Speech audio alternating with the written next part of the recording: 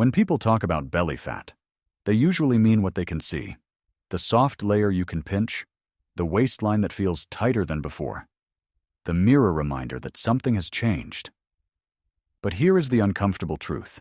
The most dangerous fat in your body is not the one you see.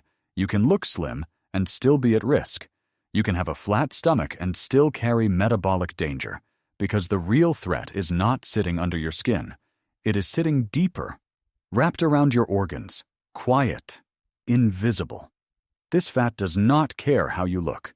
It cares about hormones, inflammation, and survival. It interferes with insulin. It stresses your liver. It raises your risk of heart disease, diabetes, and early aging without obvious warning signs. In this video, you will learn why visible belly fat is not the real enemy, what dangerous fat is doing deep inside your body, and why understanding this difference changes how you approach fat loss forever. Because when it comes to health, what you cannot see matters far more than what you can. For most of your life, you were taught to judge fat by appearance. If the waist expands, something is wrong. If the mirror looks fine, everything must be fine. But the body does not measure risk by looks. It measures risk by where fat is stored and how it behaves. This is why two people with the same body weight can have completely different health outcomes. One feels energetic and stable. The other struggles with blood sugar, blood pressure, and chronic fatigue, even if their belly does not look large. The difference lies beneath the surface. Deep inside the abdomen, surrounding vital organs like the liver, pancreas, and intestines, lies a type of fat designed for emergencies. It is not meant for aesthetics. It is meant for survival. When this fat expands, it does not stretch outward like subcutaneous fat under the skin. It grows inward, quietly, invisibly, and it communicates directly with your hormones and immune system. This is why doctors can miss it. This is why scales underestimate it. And this is why many people are shocked by blood test results that seem to come out of nowhere. You might eat reasonably. You might not be overweight. You might even exercise. Yet inside, metabolic stress can be building. The most dangerous part is not that this fat exists. It is that it sends signals. It releases inflammatory substances. It interferes with insulin signaling. It pushes the liver toward fat storage and resistance. And because you cannot see it, you may never feel urgency until symptoms appear. In this video, the goal is not to scare you. It is to shift your focus. Fat loss is not about chasing a smaller waistline. It is about reducing the type of fat that quietly undermines your health from the inside. To do that, you first need to understand what makes this fat different, why it behaves the way it does, and why many traditional weight loss approaches fail to target it. Next, you will see what visceral fat actually does inside the body and why it reacts differently than the fat you can touch. The fat under your skin and the fat deep inside your abdomen are not the same tissue with a different address. They behave like two completely different organs. Subcutaneous fat, the kind you can pinch, is relatively passive. It stores energy and releases it slowly. It responds to calorie changes over time. It is not ideal in excess, but it is not aggressively dangerous. Visceral fat is different. Visceral fat surrounds vital organs such as the liver, pancreas, and intestines. Its location gives it power. It drains directly into the portal vein, which leads straight to the liver.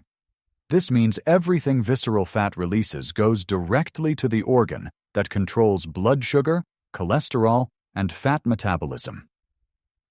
Visceral fat is metabolically active.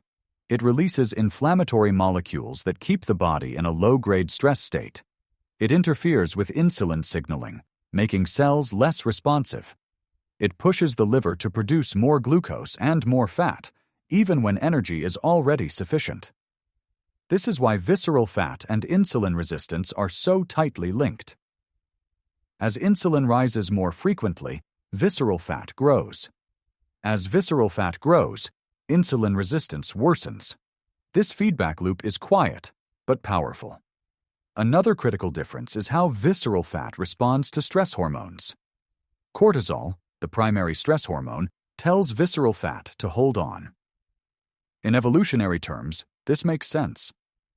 Fat near vital organs acts as protection during prolonged stress or food uncertainty. In modern life, stress rarely comes from starvation. It comes from lack of sleep, emotional pressure, irregular meals, and constant stimulation. Visceral fat cannot tell the difference, so it stays. This is why some people with relatively small waists still develop metabolic syndrome, fatty liver, or cardiovascular disease.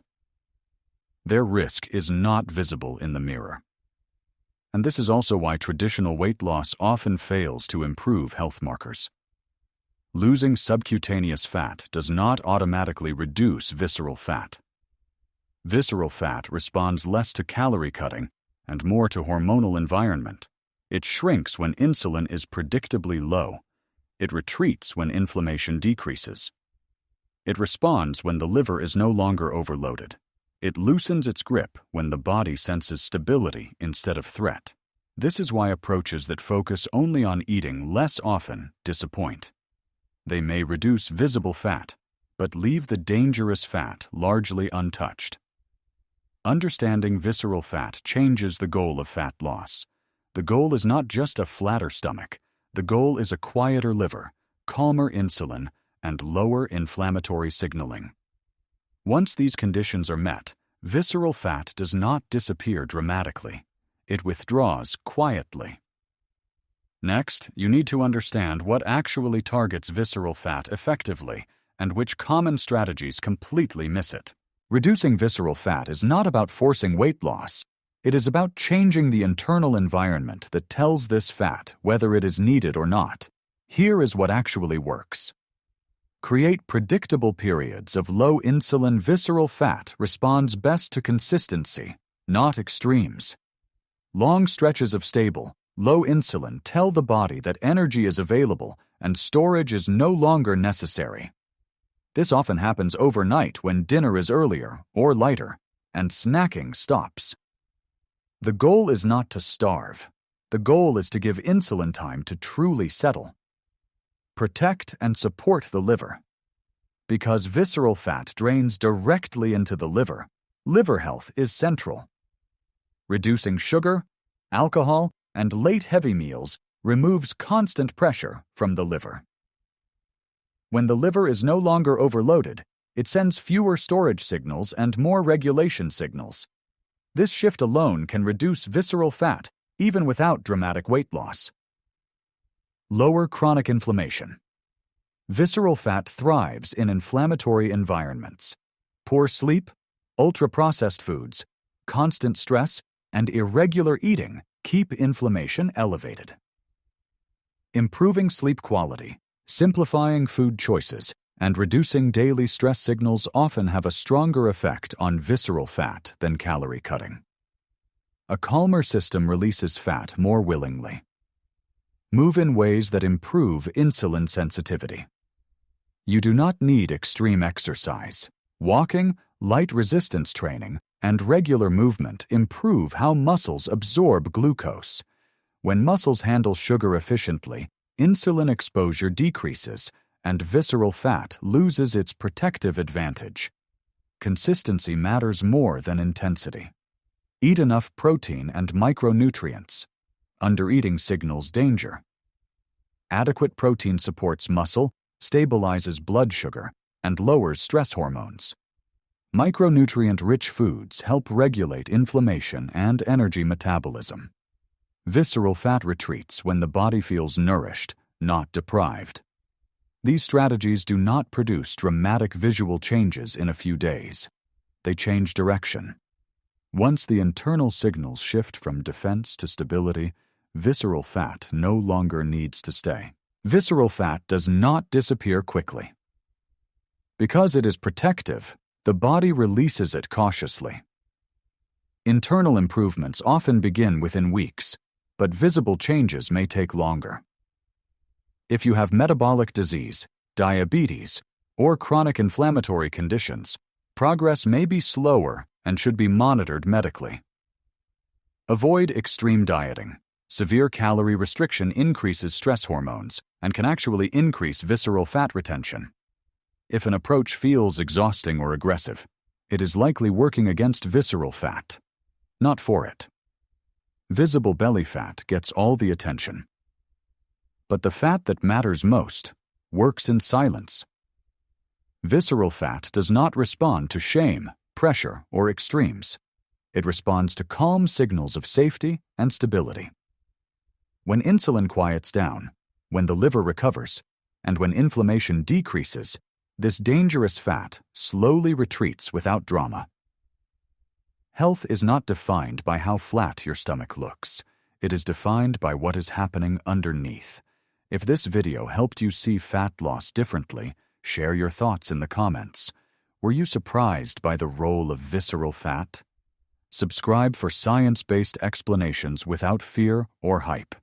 And in the next video, you will learn why eating less does not always mean becoming healthier.